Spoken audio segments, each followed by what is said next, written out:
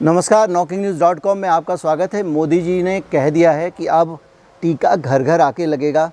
हर व्यक्ति के घर पे 20-20, 25-25 लोगों की टीमें बनाइए, ये मोदी जी ने कहा है।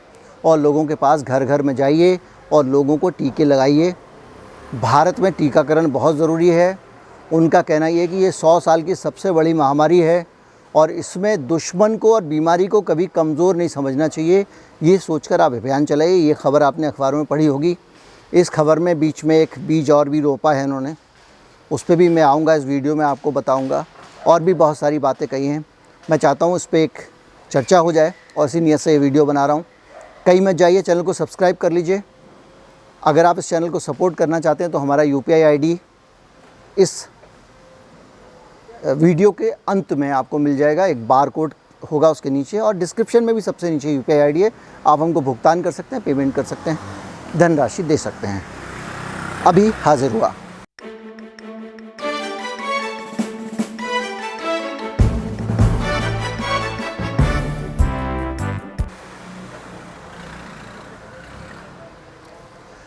आप सभी को दीपावली की हार्दिक शुभकामनाएं। PM मोदी ने कहा है कि अब सबको टीका लगाना चाहिए। जिन लोगों ने दूसरा टीका नहीं लिया है उनको ढूंढ ढूंढ के समझाइए।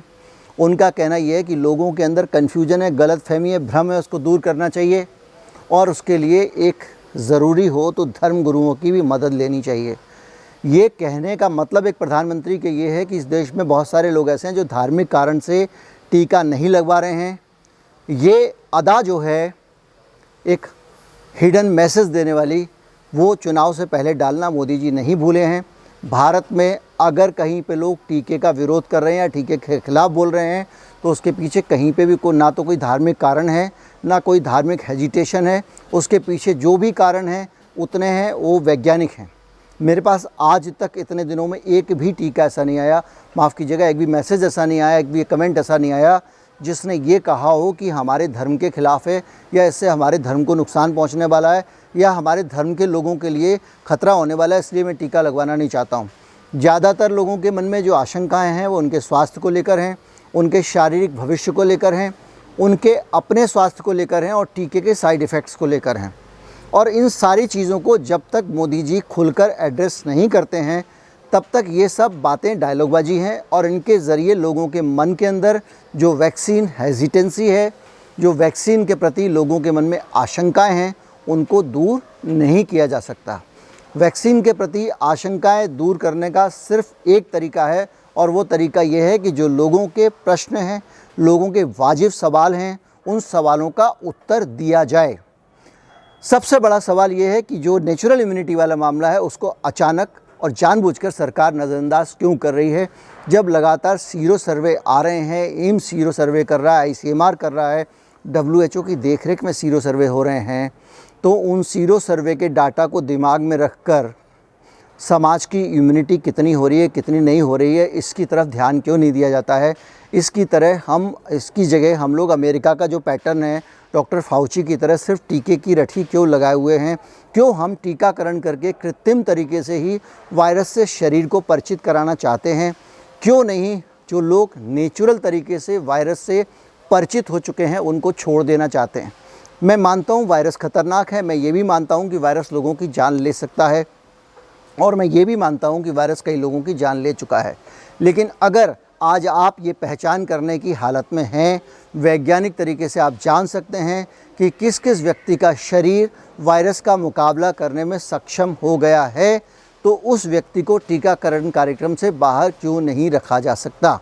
और इन प्रश्नों का उत्तर जब तक सरकार नहीं देगी, जब तक सरकार इन मामलों में खुलकर बातें नहीं करेगी, लोगों को अपना पक्ष नहीं समझाएगी, तब तक वो लोगों को भ्रमित कह तो सकती है लेकिन लोगों के अंदर भ्रम दूर नहीं कर सकती है। लोगों के अंदर वैक्सीन को लेकर हेजिटेंसी है, ये एक कड़वा सच है। लोग दूसरा टीका लगवाने नहीं गए हैं तो क्यों नहीं गए हैं, सरकार को पता करना चाहिए। हमको पता है, हम यहाँ पे इस जगह पे इसलिए नहीं कह सकते कि उसके कारण और वैक्सीन हेजिटेंसी बढ़ाने का आरोप हमारे ऊपर लगाया जाएगा। सरकार को साफ साफ बताना चाहिए कि भाई हमारे यहाँ पे इतने % लोगों को हर्ड इम्यूनिटी आ गई है, इतने % लोग ये लोग अब वायरस से वाकिफ़ हो चुके हैं, इनका शरीर और इनके अंदर एंटीबॉडीज़ बन चुकी हैं और ये वायरस का मुकाबला करने में सक्षम हैं। इसके अलावा सरकार को ये भी बताना चाहिए कि वैक्सीन ज़बरदस्ती लगाना क्यों ज़रूरी है और वैक्सीन ज़बरदस्ती लगाने वालों के ऊपर क्यों नहीं कार्रवाई कर रही है। अगर मैं अचानक आपके घर आ जाऊं और मैं आपके घर के अंदर घुसने की कोशिश करूं इस दिवाली पे, भले ही मैं आपसे कहूं नहीं मैं आपको मिठाई देना चाहता हूं, तो क्या आप मुझे घुसने देंगे?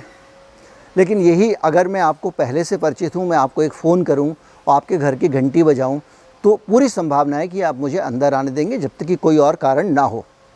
तो ज़बरदस्ती जब आप करते हैं किसी भी जगहों पे, तो एक नेचुरल तरीके से लोगों के अंदर उसकी रेजिस्टेंस होती है।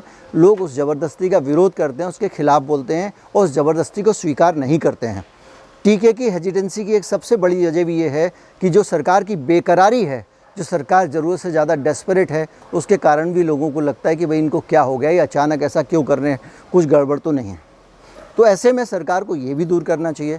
सरकार की जिम्मेदारी बनती है कि ज़्यादातर जो देश के नागरिक हैं, जो लोग हैं, जो देश के जो ज़िम्मेदार लोग हैं, उनको इसमें शामिल करे और उनको ये बताए। और सबसे बड़ी बात यह है कि जो इसके एक्सपर्ट हैं, मैं दूसरे लोगों की बात नहीं करता हूँ, जो एम्स में एक्सपर्ट हैं, जो सरकार के पिट्ठू बैठे हुए हैं, सरकार का एजेंडा चला रहे हैं, वो तो वही बोलेंगे तोते की जगह जो सरकार बोलती है। उसके बयान पे ना जो जनता भरोसा करती है ना कोई भरोसा करता। वो तो नेता जो बयान देगा उससे भी वही फ़र्क पड़ेगा, उनसे भी वही फ़र्क पड़ेगा। लेकिन बहुत सारे ऐसे न्यूट्रल एक्सपर्ट हैं, WHO के साइंटिस्ट हैं।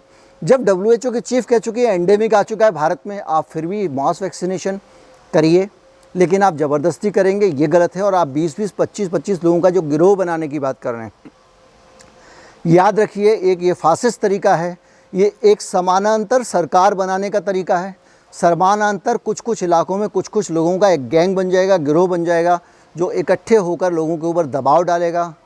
वो कुछ अजीब तरीके से समाज सेवी टाइप के लोग के नाम पर बन के आएंगे और आपको कहेंगे जी 20-25 लोग आसपास के इकट्ठे होकर आएंगे, उसमें कुछ शरीफ होंगे, कुछ गुंडे होंगे, और वो तरह तरह से आपके ऊपर दबाव बनाने की कोशिश करेंगे। तो ये तो अपने आप में गलत है।